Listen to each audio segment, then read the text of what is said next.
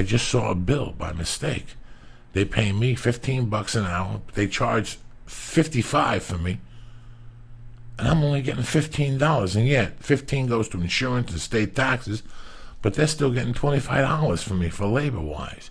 I'm making $15 an hour, and this is what I'll do till I'm fucking 65. You know, whatever. Everybody gets jaded at their work. Somebody gets a promotion.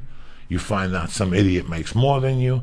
You know, my wife is a fucking hard worker. My wife doesn't believe in theft. When she was a waitress and, you know, she didn't want to work at the store no more. Then she went to fucking Starbucks. I would talk to my wife. My wife is such a Gentile. She doesn't believe in theft. Everything is by the fucking penny. You know, the other day she found that the chiropractor clipped us for $65. She goes, I read somewhere that all medical bills are off. They're all wrong. You should go through them. I was off of my insurance. She went through all my bills, found out that I was over. Called my insurance, got my insurance bumped to level 1. My wife is a fucking hawk when it comes to this. She worked. Boom, she got pregnant one day. 10 years on the job. They paid for her pregnancy. She wasn't doing nothing. She fucking was a Slim Jim Magoo. That bitch cried for a week, but she went to work after 8 weeks. She went to work and she drove home with her tits leaking, you know, from the milk, and she'd feed Mercy, and, you know, I would see the anguish in her face, and I pleaded with her to quit, and she told me she couldn't quit. And about 3 weeks later, she came home one day, and she said that they gave her a raise. They gave her like a 1.3% raise. And she was never so embarrassed in her life that she's outworked 3 of the fucking people. And then they took the girl that's the baby's godmother, and she had been there for 10, 12 years, 15 years. And instead of hiring her, they got somebody from the outside. And she started thinking about how, you know, these people really don't give a fuck. That's why I got into comedy and blah, blah, blah. And I was very smart, and that was part of it. I was jaded. I didn't want to work for people no more. I was sick and tired. I didn't want to be there 9 to fucking 5, you know? And I saw my wife get jaded, and she goes, I'm quitting. Then she didn't do it for like 2 months, and then she started going back part-time. After 3 days, she came home and she goes, I can't do it no more. I hate those fucking people. Same thing happens when you're a cop. Same thing happens when you truly believe in your heart that you're helping people. You really believe in your heart that you're helping people. And all of a sudden, you help somebody, you call an ambulance, and they get up and try to shoot you. You go to these houses, these people don't give a fuck about you because you're a cop. You're always the enemy, no matter what they tell you. I grew up believing in police officers. I really did. I grew up believing, and I still do. Even as a criminal, Even as a criminal, I still believe in police officers. I still believe that they do good. But then again, you're going to get guys that are jaded. And then since they work long hours, they get jaded in their personal lives. Their wives leave them. You know, most of these cops have a few marriages. They get drunk. They don't tell. I can't come home and tell you. I come home at night. What'd you do today? I shot a movie with Dean Cain. What'd you guys do? Well, today's, we got chased by a dog. We ran up the stairs and chased the dog, and then we ran down and they chased us. Then there's another scene where he puts a string out and we both jump over and we both fall. I can't tell my wife that I saved a kid in the dumpster today, and the kid was half burnt.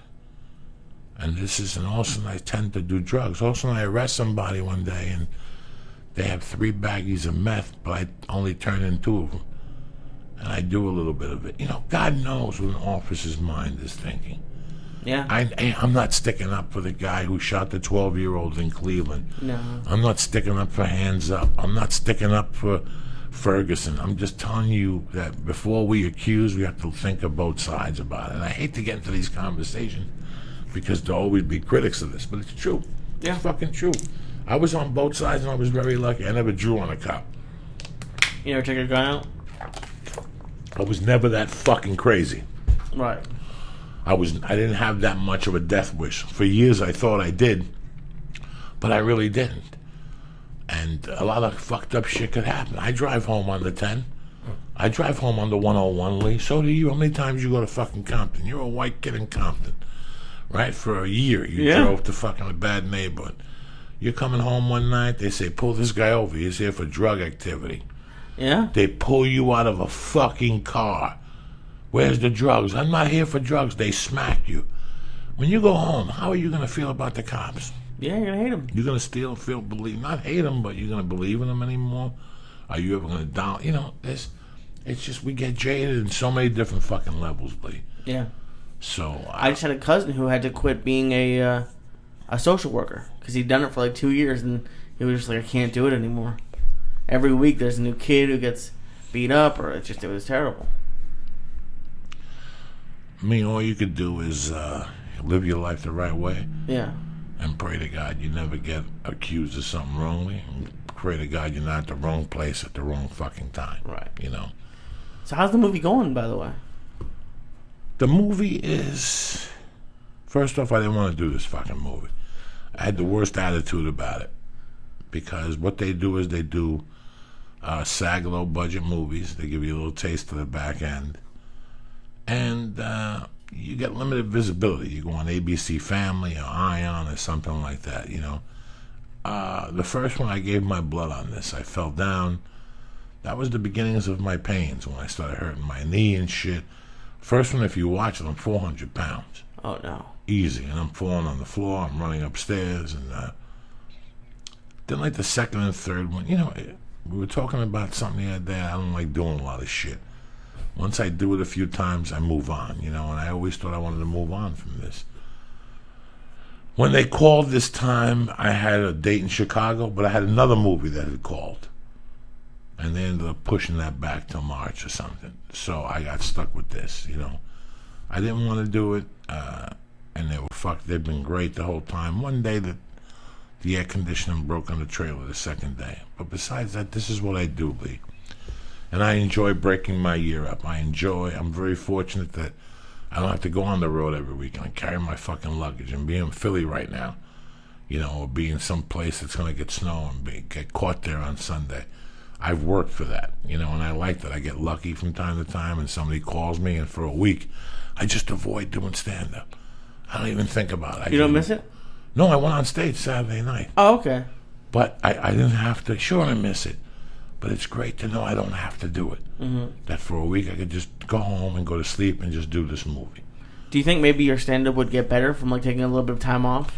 Everything needs a week off. Yeah. Everything. Always could use a week off from time to time. I'm not saying all the fucking time, but everything. You know, and I got on stage Friday night in Vegas. Saturday I went to the fights. I started the movie Monday. So I didn't get on stage all week till Saturday. And my set was a disaster Saturday night. What happened? At the Long Beach. It just wasn't, you know, I just wasn't, I caught on a little bit and I threw some heat at them, but I had lost them, and that was it. But I enjoyed doing it. This week I'm at the store tomorrow night probably. Okay. I'm at the store Thursday night. Wednesday we're at the Laugh Factory. Saturday I'm at the store. So, no, I like doing everything. I like that. We were talking about doing the podcast 5 days a week. Yeah. It's the law of diminishing returns. We're going in like fucking Marines, you understand me? Welcome to church, motherfucker.